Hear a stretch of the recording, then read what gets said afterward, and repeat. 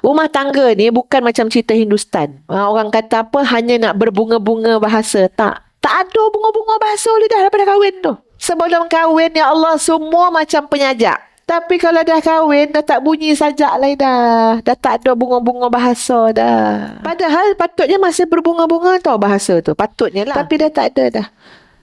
Dia kembali kepada benda paling asas apa dia? Sekarang adalah waktu untuk masing-masing tahu tanggungjawab, tahu hak, maka berikan hak kepada yang berhak dan tunaikan tanggungjawab. Full stop. Jangan cerita panjang kalau tanggungjawab tak buat. Tak dapat nak cerita panjang-panjang tuan-puan. Kalau tanggungjawab tak buat. Itu memang kena selesaikan dulu. Kalau pergi pejabat kadi pun tu juga dia tanya kan. Tanggungjawab buat ke tak? Seorang isteri tak mudah-mudah ya tiba-tiba nak minta cerai kalau suami tu sudah menunaikan tanggungjawab. Mana boleh? Oh, saya nak cerai juga, kata. Suami dah bagi nafkah zahir batin nak cerai. Pasal apa nak tak berkonan menyampah nak muka Contoh. Yang itu dia kena bagi apa? Kalau betul nak cerai juga, huluk. Maksud dia apa dia? Tebus talak. Bagi satu jumlah kepada suami tadi yang dengan jumlah tu dia minta supaya dia diceraikan. Atau bayar balik mas kahwin yang dia pernah bagi tu dengan jumlah tu, atau apa jua amount yang suami tu nak demi untuk menceraikan. Sebab apa?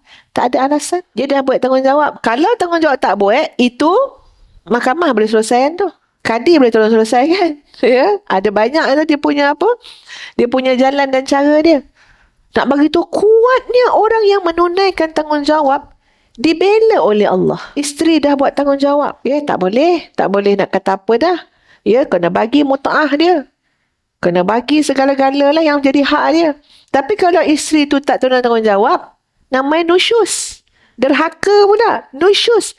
Bila nusyus, itu banyak yang dia tak dapat dah tu. Tak salah dah kalau tak bagi mut'ah. Sebab apa? Nusyus. Jadi kita nak faham sangat sahabat-sahabat semua. Dan usah percaya untuk kita orang lama-lama ni mungkin faham lah lagi Tapi kita nak kena menyampaikan pada anak-anak kita. Kadang-kadang, yelah orang betul lah kata orang tua-tua tu, orang kahwin kau kahwin. Apa yang nak dilakukan selepas perkahwinan tu, kadang-kadang tak tahu tu. Tak tahu tanggungjawab. Ya, mencari rezeki yang halal, mendidik. Apa dia maksud nafkah batin tu? Bukan hubungan seksual saja, tapi merasa kasih sayang, dilindungi, dikasihi tu kena bagi. Kena memenuhi keperluan emosi pasangan kita. Tu kena faham lah. Barulah berlakunya rumah tangga syurgawi.